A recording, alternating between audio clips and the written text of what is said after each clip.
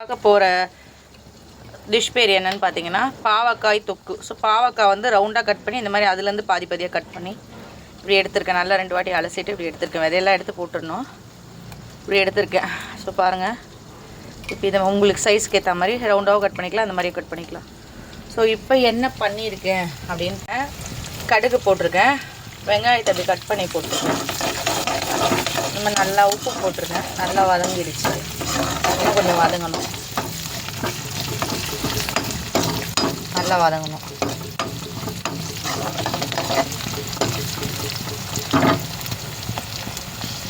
நல்லா வதங்கணும், தெரியுதா உங்களுக்கு? நல்லா சுருங்க வதங்கணும்.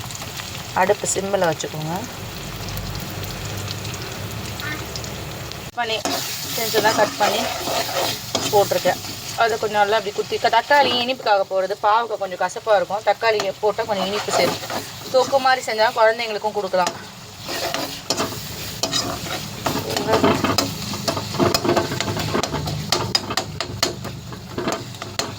நல்லா அப்படி குத்தி விடுங்க. இது ஒரு 2 to 3 minutes ஆகட்டும்.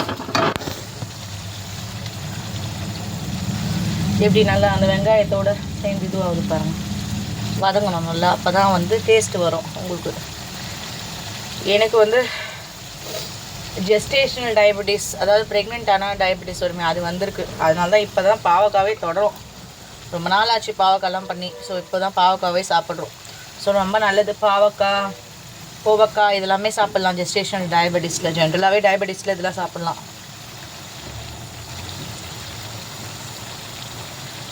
ஒரு உடம்புல ஒரு குறைபாடு வந்தால் தான் ஒரு விஷயம், நல்ல விஷயங்களை தேடுறோம்.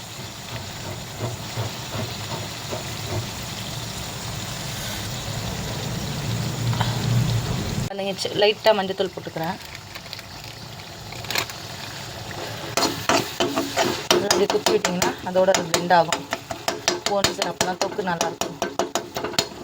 சும்மா ஒரு வெங்காயம் ஒரு தக்காளி தான் போட்டிருக்கேன், மீடியம் சைஸு.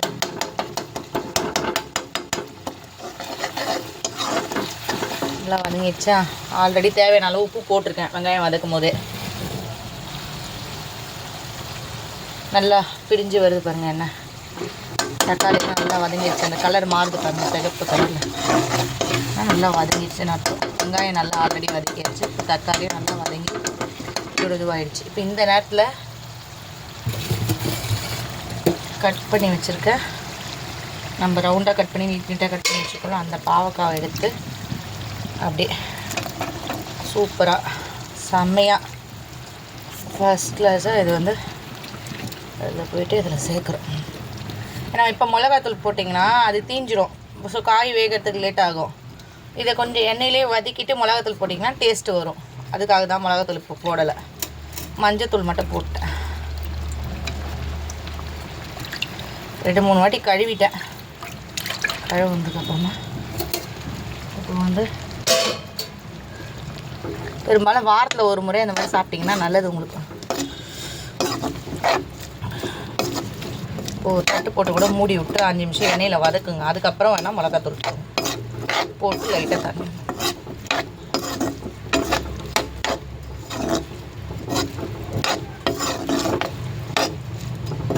நல்லா உப்பு தேவையான அளவு பார்த்துட்டு போடுங்க. கொஞ்சம் லைட்டாக எண்ணெய், கொஞ்சம் மஞ்சள் தேவைப்படுது கலருக்கு.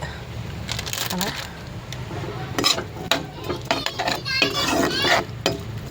நல்லா போட்டு வதக்கிட்டு தட்டு போட்டு ஒரு 5 minutes கழிச்சு பாருங்கள் எப்படி இருக்கு. அதோட எண்ணெயிலே வேகும் கொஞ்சம், அதுக்காக தான்.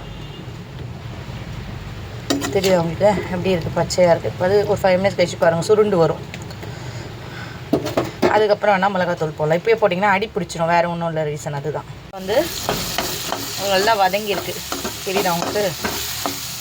பார்த்திங்கன்னா நல்லா வதங்கிருக்கு பாவக்காய். அந்த எண்ணெயிலே நல்லா வதங்கி ஒரு 10 minutes சிம்மில் வச்சுட்டு வந்துட்டேன். நல்லா வதங்கிடுச்சு எண்ணெயிலே. அதான் கசப்பு தெரியாது உங்களுக்கு, வேறு ஒன்றும் இல்லை. அதுக்காக பச்சையோடு அப்படியே மிளகாத்தூள் போட்டிங்கன்னா கசப்பாக இருக்கும். இப்போது தேவையான அளவு உங்கள் காரத்துக்கு ஏற்ப தேவையான அளவு நல்லா வதங்கிச்சு பாருங்கள். கோட்டிங்ஸ்லாம் மஞ்சத்தூள்லாம் அதில் நல்லா சேர்ந்து தக்காளி இதோடு சேர்ந்து நல்லா வதங்கிடுச்சு. நல்லா அப்படி நல்லா இன்னும் வதக்கி விட்டிங்கன்னா நல்லா சுருண்டுடுச்சு பாருங்கள். தெரியுதா?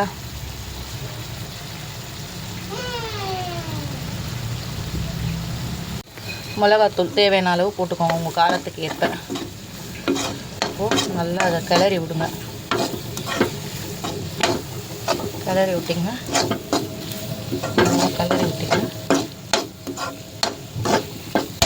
கிளறி விட்டு ஒரு டம்ளர் மீடியம் கிளாஸில் தண்ணி விட்டு இன்னும் கொஞ்சம் கொதிக்க விட்டு 10 மினிட்ஸ் கழிச்சு இறக்கிட்டோம்னா நல்லா கிளறி விட்டிங்களா? பச்சை வாசனை போட்டோம். ஒரு 2 நிமிஷம் எப்படி இருக்கு பாருங்கள். நல்லா ஒரு டம்ளர் தண்ணி ஊற்றிருக்கேன். போட்டு அதை நல்லா ஒரு 5 நிமிஷம் கொதிக்க விட்ருங்க. அடுப்பு மீடியம் ஃப்ளேமில் வச்சு. இப்போ தான் தொக்கு மாதிரி ஆகும். கொதிக்கணும், இன்னும் கொஞ்சம் கொதிக்க விட்டோங்க. இன்னும் கொதி வரல. மீடியமில் வச்சு கொதிக்க விட்டணும் 5 நிமிஷம். தெரியுதா எங்களுக்கு? நல்லா முத்தாக வெந்திருக்கு பாருங்கள் பாவக்காய். இன்னும் கொதிக்கணும் 5 நிமிஷம். கொதிச்சா தான் அந்த மிளகாத்தூள் ஸ்மெல்லாம் போகும், பச்சை வாசனைலாம் போகும். உப்பு பார்த்துக்கோங்க எவ்வளோ தேவையாக இருக்கா, கரெக்டாக இருக்கான்னு. எல்லாம் உங்களுக்கு வந்து தொக்கு மாதிரி ஆயிடுச்சு. ஸோ எண்ணெய் பிரிஞ்சு மேலே மிதந்துருச்சு. ஸோ இந்த நேரத்தில் நீங்கள் ஆஃப் பண்ணிடலாம் அடுப்பை. நல்லா அப்படி கிளறி விட்டு அடி பிடிக்காமல் தொக்கு மாதிரி ஆனால் நல்லா அப்படி கிளறி விட்டு ஆஃப் பண்ணிடுங்க. எப்படி இருக்குது பாருங்கள் எம்மியா. நீங்கள் செஞ்சு பார்த்துட்டு கமெண்ட் செக்ஷனில் கமெண்ட் பண்ணுங்கள் ஃப்ரெண்ட்ஸ் எப்படி இருக்குன்னு. வாரத்தில் இந்த மாதிரி ஒரு தடவை செஞ்சு சாப்பிட்லாம். பாவக்காய் ஃப்ரையோ தொக்கோ ஏதோ. இப்படி கொதிக்குது பாருங்கள். எண்ணெய் பிரிஞ்சு மேலே வருது.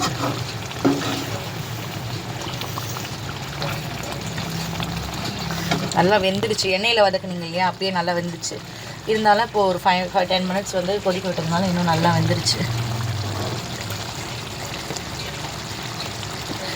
சரி, மறக்காமல் கமெண்ட் பண்ணுங்கள், லைக் பண்ணுங்கள், ஷேர் பண்ணுங்கள். செஞ்சு பார்த்துட்டு கமெண்ட் செக்ஷனில் கமெண்ட் பண்ணுங்கள் ஃப்ரெண்ட். தேங்க்யூ.